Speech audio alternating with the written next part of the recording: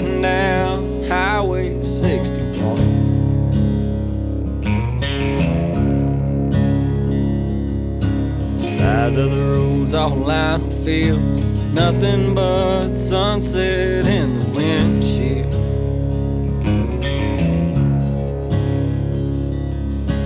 Feel it as soon as I ride into town. This is where I go to slow down. Miles and miles of soybeans and corn. I'm in the place where the blues was born.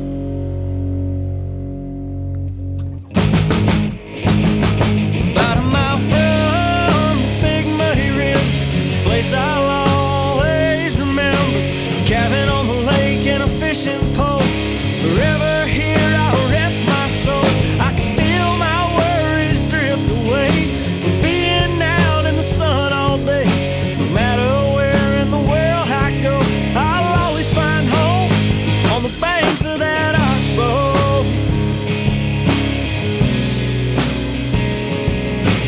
Hey everybody, Brad Chappell here with the Crappie Connection, back at the 2021 Grizzly Jig Show.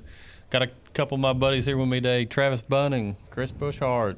What's up, yo? And we're going to talk about how do you get started pulling crankbaits. I know the live scope's the big talk of the town, I guess you would say, but you know, we want to come back and keep talking about things that we've done in the past that, you know, it's always caught fish. Yeah, and it's going to continue catching fish. You know, I've taught quite a few people back home that don't do a lot of fishing how to pull crankbaits, and now they only fish in the summertime before they can pull crankbaits, because you can literally take any rod or reel combination you have and toss a crankbait out and drag it around just randomly and catch crappie. Yeah, And you can catch fish year round doing it. Yeah, I mean, it's just an effective way to go out crappie fishing, put fish in the boat, and you know, take even youth and you know, older people with you that can't. That's the main thing now.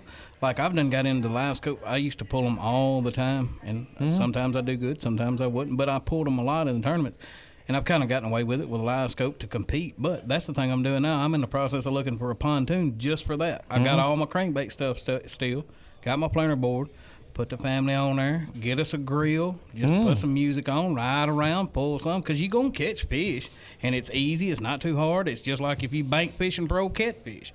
They bite it, and you see them because they put a bow in her, and you just go to reeling. I mean, it's fun. Well, it's proven it's even worked. You know, Tommy Scarless, one of the probably greatest in my mind as far as pulling crankbaits. The greatest, he was. And he come down to Grenada Lake that year for the national championship and put a whooping on everybody with planer boards and crankbaits. That was my teacher, and probably, I imagine he probably taught Travis and Miss Charlie how to pull planer boards a lot. I'm sure they knew a lot, but He did. You know, that year there was, I think, 5 teams that caught 7 fish both days. yeah. And he was averaging between 35 and 45 fish a day. Right. Yeah. I remember that. He was Mike. one of them 5. I was not. No, I lied. No, I was not. No, we caught 7 fish on the second day, but the first day, that's a crazy story. I'll get into that story in a little bit when it comes to story time. No, we You got want to do it story now? time? We can do story time Hey, now. go for That's it. crazy. That, like, we had went down there. It was for the national championship, Yeah. and I went down there Was it practicing. 2006 or what was No, it? 13. 2013. Oh, that wasn't yeah. that long ago. Yeah, 2013. Everybody was going to Grenada, and I had never been on Grenada in my life at that time of year. I'd been in the spring, but I'd never been that time of year. And I knew everybody. I mean, I knew how to spider rig, troll, whatever you want to call it. I knew how to do that. But everybody talked about pulling crankbaits, and, you know, that's what you got to do. So I just got me, and I honestly didn't know crap about it. I went to the Walmart in Grenada and bought, and I can tell you exactly what they was, the Norman 8 to 10 or whatever deep crankbait they had, and I bought them in shad color. That's all I bought. I don't know why.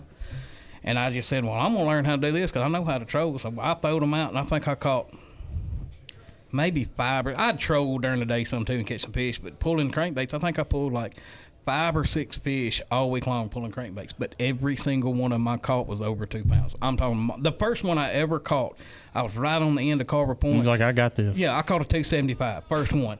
and that's another funny story. I caught him. I was so excited. The fish, he had it. I mean, he chomped, but like a crankbait generally does, he chomped it. I put my thumb in his mouth, and he shook his head, and he buried the hook all the way to where the 3 treble hooks meet. Yeah. And I was by myself. I didn't have nobody to help me pull it out and do that. With Did you cry? I did not. No. I just sat there and smoked me about 5 cigarettes back when I smoked, and I just more or less grabbed it with pliers and jerked that rascal out. But Then did you cry? I wanted to. It was a little tear. You'd have thought I'd have watched Gone with the Wind. I mean, it was iffy. But I'd only caught 5 or 6 fish that week doing it. I was like, yeah, we maybe catch a big fish. So we went trolling the first day of the tournament, and at like 1 o'clock, we had 0 fish. Mm-hmm. No, I'm lying to you again. We had 2 fish. 1 o'clock, we had 2 fish. So we said, we're screwed. Mm-hmm. So I said, Jay, we're finna run back.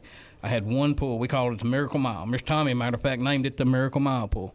I said, we're going to run back. It was right there by the boat ramp, right there on the left by the swimming area. Or what, you know what I'm talking about? Yeah. That ledge out in front of it. I said, let's just run out there and make a couple pools. And we had like 2 hours. I can't I remember. never fished there.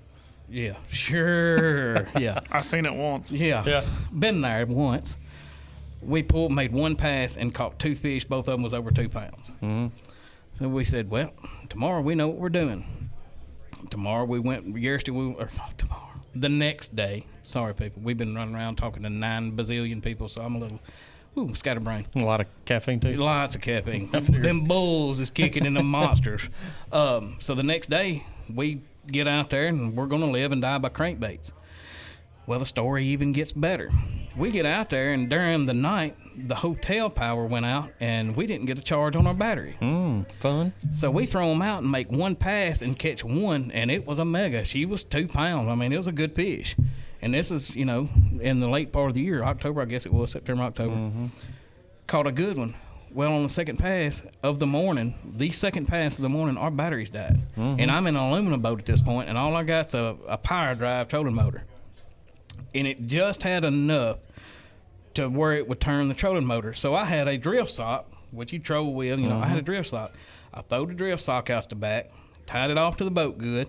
Then I took the big motor, this old 60 horse 4-stroke Mercury, fired it up and just put it in gear, and we let that drift sock in and out to get it down to about 1.5 miles to 1.3 miles we tried to, and we'd steer with that trolling motor all day long. When we get to the end of the pool, we'd pull it all up and start again.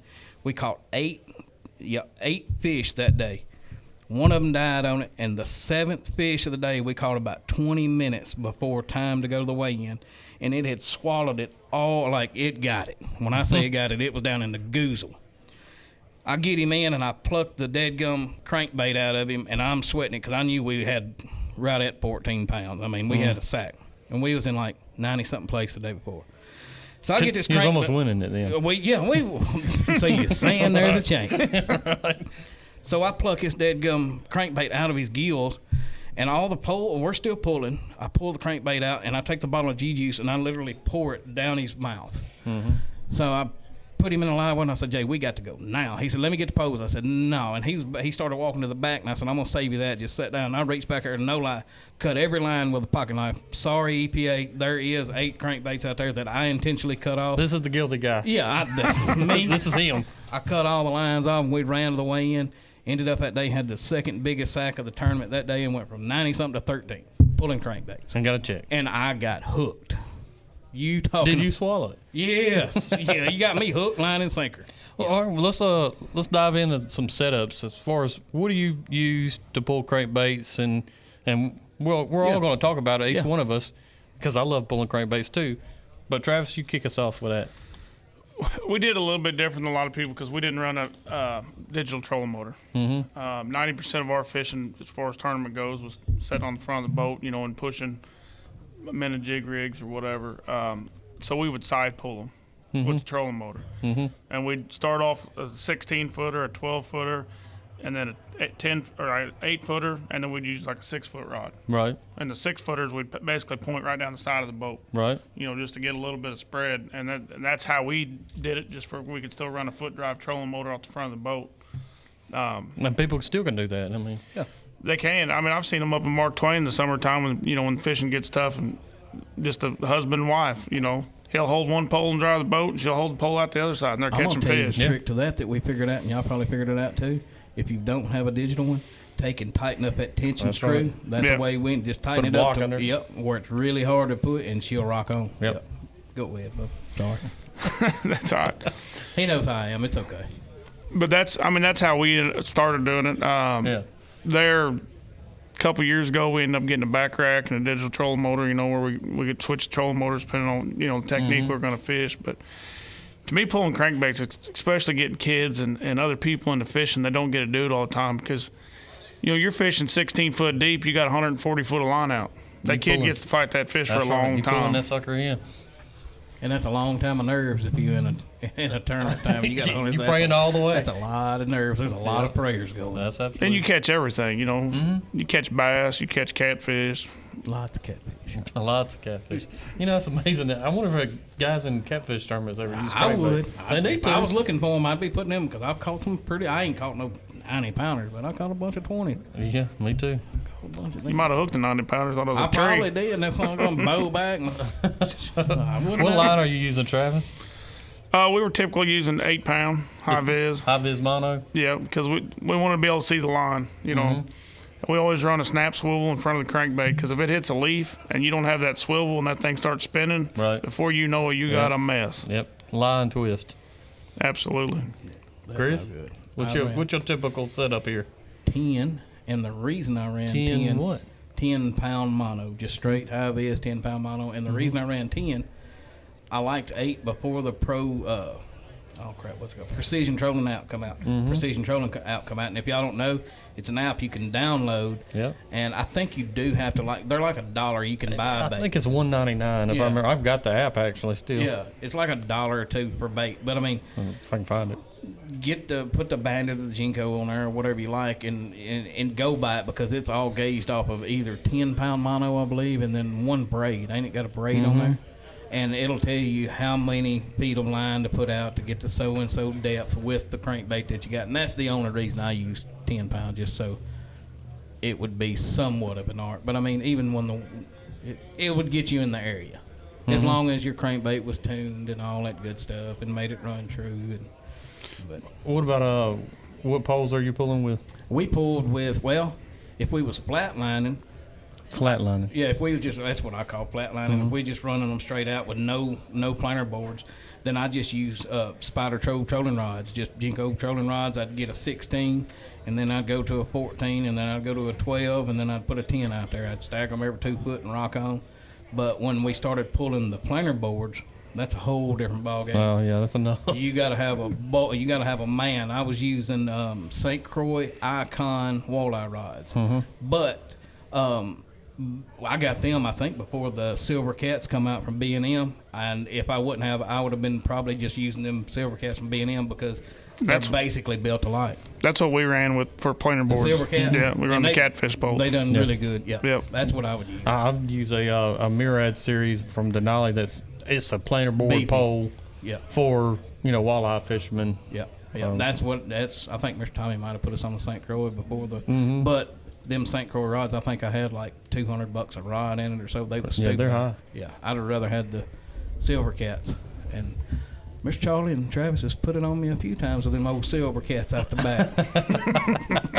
I think they've done that all kind of ways. Yeah, I'm not alone. I mean, they've done it to a bunch of people. Yeah. But, well, I'm going to go with my typical setup. Of course, I use that Precision Trolling app as well. But, I started out with old Bandit lures here, and I mean, they've got so many colors. It's one of them's gonna catch a fish. That one in the middle.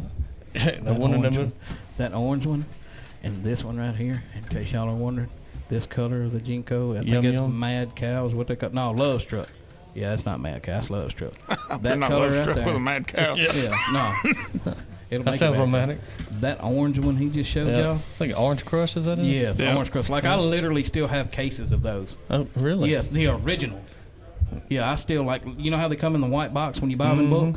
I have probably 10 or 12 of those, full of them, brand new. Yeah. I heard you did have an addiction. I have. If there How was many crankbaits you got?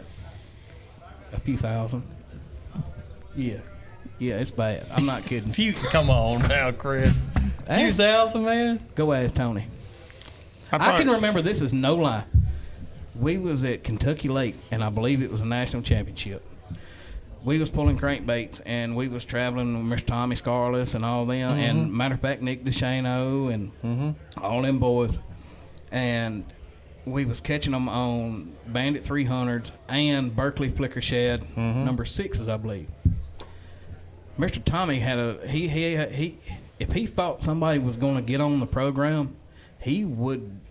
This is one of his nuggets I probably shouldn't let slip, but I got to because it's pretty funny. He would go corner the market. If he was catching them on a red crankbait, just for instance, he would buy every red crankbait that he could find.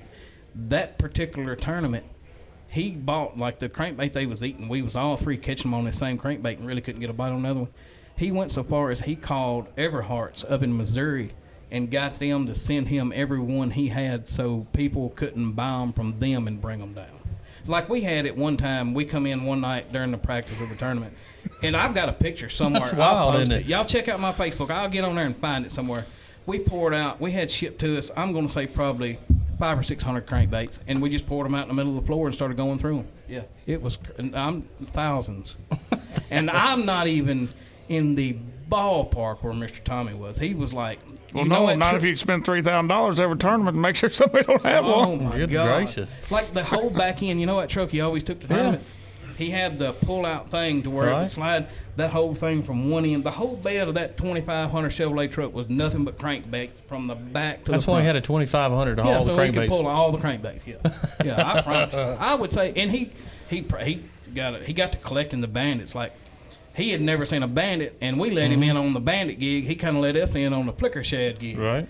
So once he got hooked on the bandits, he really liked them. So he started collecting them, and he's got quite the collection. But yeah, I knew around about it one time, and I think at one time it was close to 4,000, somewhere around there. Jesus. It was dumb. I mean, and I still got probably. I know I've got over 3,000. I know without a fact because I know how many boxes up in my attic. You've got crankbaits in your attic. Yeah, ask my wife. She's really happy about it. You should hang them up for Christmas ornaments on your tree. No, Look how pretty that is. I mean, $5 look at a that. piece. I guess $6 a piece. No, Christmas You just don't want to share them. No, I really don't. That's what I'm getting. I might need them again. You better not let a cat loose up there. No, I do. I've got them big totes, the biggest tote you can get from Walmart. Yeah. I've got like them stacked 3 high in my attic, all the way. Just in the packages still. Yeah, and just like this. Now I've got my tournament boxes. Now I probably got 20 of the biggest Plano boxes full for my tournament that I would carry. That would be in the boat with me at any given time. Like when you seen me and I was at a crankbait tournament, I would have 20 of the biggest Plano boxes full of crankbaits every tournament. Like you wasn't going to catch them on a color I didn't have. And if I was catching them on the color, I had at least a dozen because you got to have at least 8. And then you break some off. And then back at the house in the truck, I'd have another couple boxes in case I broke them 12 off. Like I was quite the hoarder. Y'all say you did. They wasn't going to beat me with me having them though. I promise you, I'm going to have them too. We might have had 500 or 600. It's either bright, it's shiny, or it's not. Yeah, Natural or yeah, I think I overthunk it. I think you covered all the bases, that's for sure. Yeah, we tried. Now I use a braided line pulling crankbaits. I can see why where you fish. Yeah, and I fish mainly, even when I'm pulling crankbaits, I'm looking for a structure to pull over the top of. And so I started out using braid. One, to save that $6 or whatever a crankbait, so I use braided line. And also another thing, it dives deeper than mono. Yep. So you can run a tighter contour line, or that's my theory, I guess. But I could run tighter contour lines to stay where the fish were. Then if I got hung up, because I'm targeting structure, and you trying to put them in it. I'm putting them on structure. I mean, and I lose a lot of crankbaits. I probably bought that many through the years, but they're inside of stumps. They're in Barnett. Yeah, right. Yep. Oh, it's no telling how many crankbaits I've lost in Barnett. I mean, me and Jay, matter of fact, it was the summer after we fished that tournament. We come to Reelfoot, and it was like a little local tournament, and we ended up winning the tournament. And somebody asked, "Well, how'd y'all fish? And where'd y'all fish?" And we said, because we was joking around with them that morning, telling them we would go pull crankbaits out here on Reelfoot now. Mm-hmm. We come in and we ended up winning the tournament. They said, "Well, how'd y'all catch them?" Well, we pulled crankbaits, and they all looked at us like we was dummies and said, "Y'all are crazy." And they was going on, "How many did you lose?" And I think we pulled all day from tournament, the entire tournament time, we pulled all day, lost 2 crankbaits in reel put. The trick is, and I mean, I don't know, this is what I noticed, when you pulling them, you can't really do it on a planer board, but when you're flatlining them crankbaits, when they hit, if the rod loads and it don't bounce any, do not touch it. If you ever touch it, you're going to bury the hooks. Because the first thing it's going to do is pop loose, the hook's going to bury in the stump. So if it's loaded and it ain't bouncing like it got a fish on it, don't touch it. And 9 times out of 10, it'll pop off.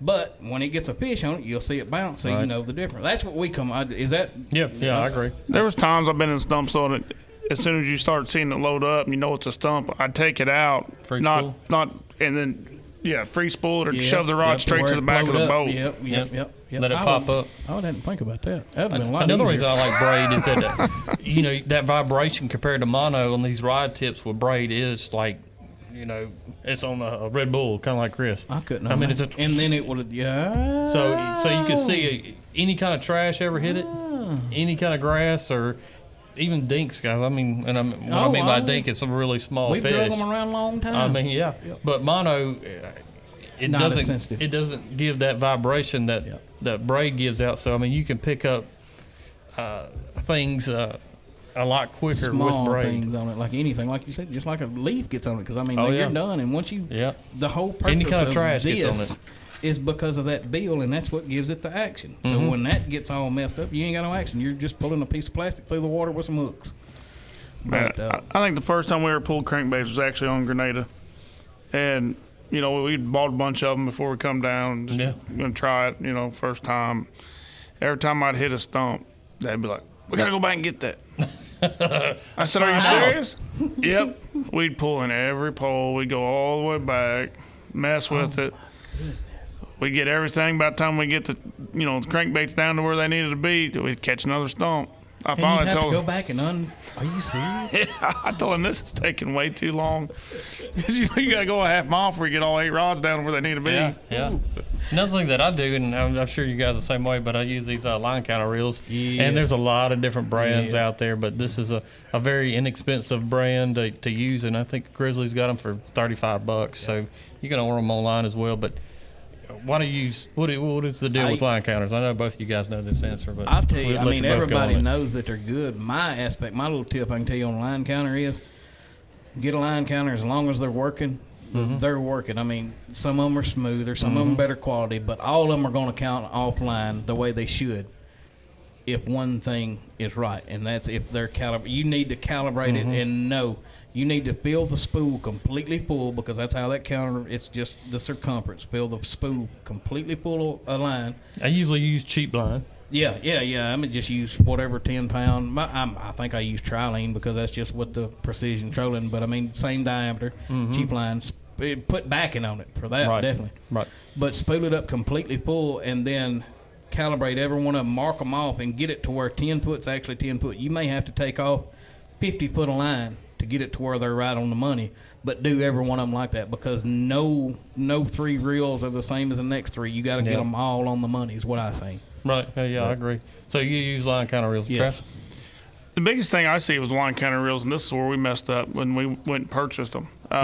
We went out and bought some of the most expensive line counter reels that you can buy, because we're tournament fishing. We need everything to work, and we figured, we're going to be using these things for the next 15, 20 years, so we don't want to rebuy them every year. Right.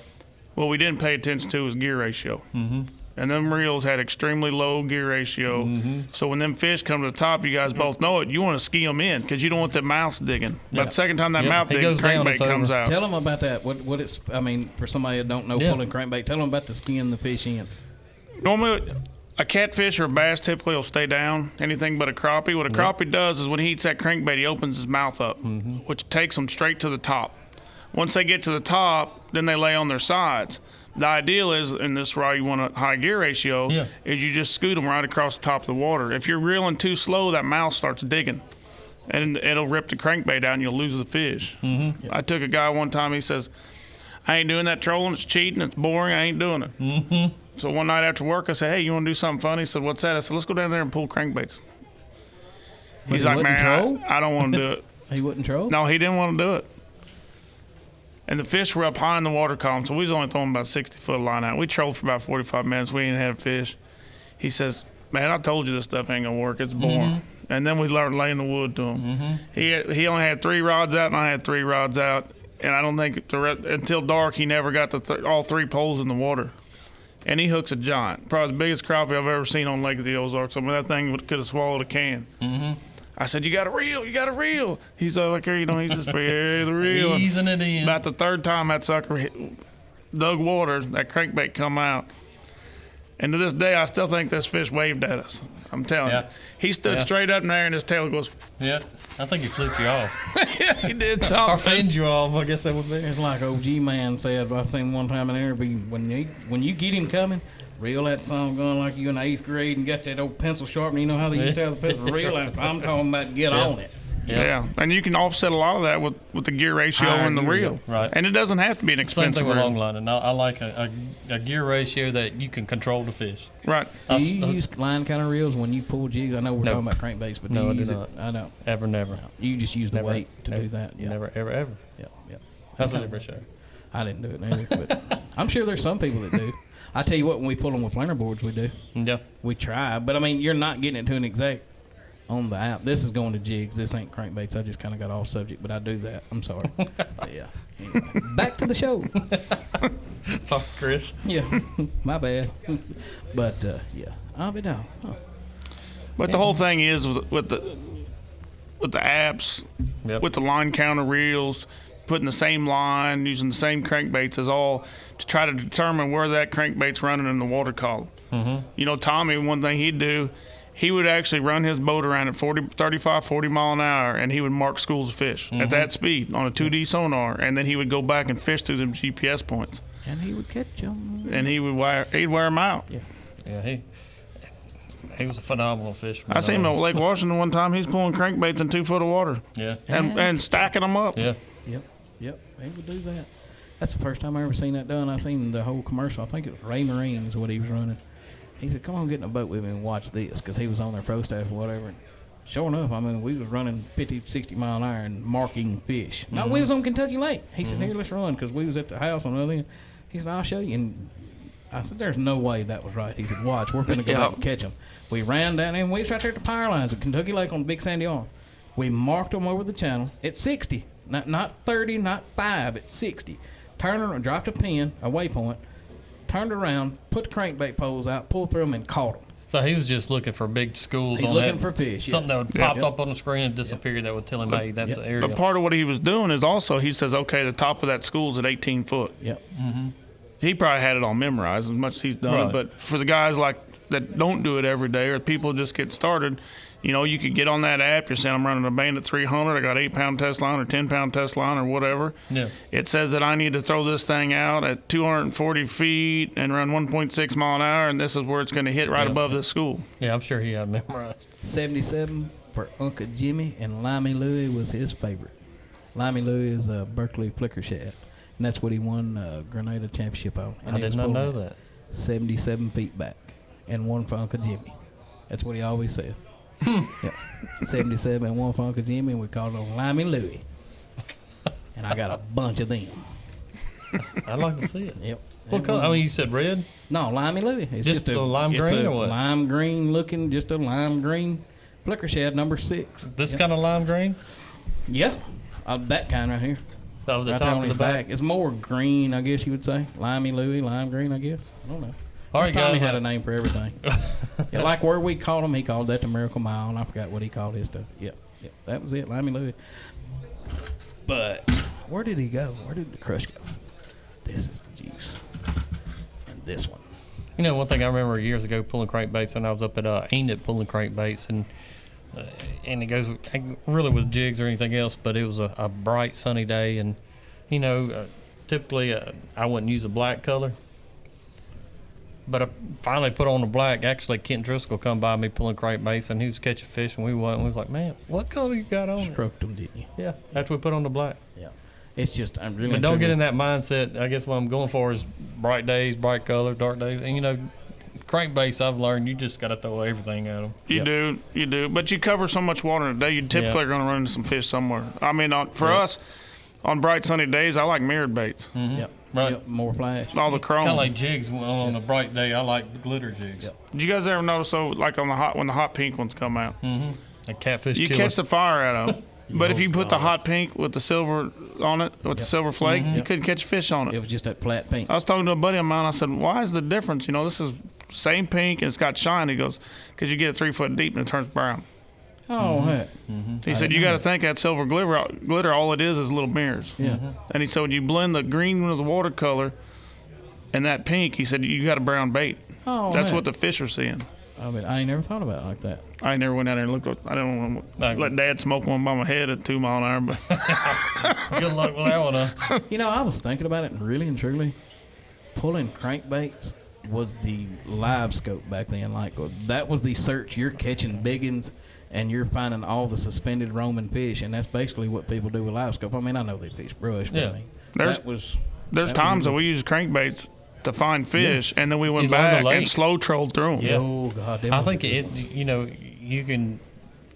I always have my down image on whenever I'm pulling crankbaits or jigs, but as I'm going, I'm always finding, hey, there's a brush pile. Poop, hit a waypoint. Oh God, I mean, that's how I've got so Yep. many waypoints in some different lakes. But Yep. you know, you going a mile and a half an hour, and You you, ain't go got for nothing else to do. you know 6, 7 hours, 8 hours. you got a lot. You've got a lot of ground. water. You done come over. Yeah, and you can move her on out there instead of bringing her down to about 80, 70, 60. When you running, you can run her on out there and really cover some water. Yeah, that's good. That's good. That's your little nugget right there. A little nugget to keep in. That's a little nugget. Don't forget that one. Check them out. Both these guys. Appreciate you guys coming on today. Had a blast talking Yeah. about crankbaits. Dude, I had fun. I like talking about anything. We noticed. Yeah, I just like talking. Well, we can do that again. Okay, You're a all good right. talker. Yeah, well, check me out on my tube, on you my got a YouTube. YouTube? Got me a little YouTube action. Got some out on TikTok. You're a TikToker Dude. too. Huh? Oh, so You do the dances. No, not yet. I ain't gonna say I ain't going to. I'll do whatever. I don't care. That's all our house is girls with looking at their phone doing some dance. I believe it. Yeah, I'm gonna try it anyway. All right, guys, hit subscribe. Appreciate your time. Check us out. Crappie Connection. Hey, Travis, Chris, Thank you, baby. enjoyed it. I did too. Had a heck of a time. Holla.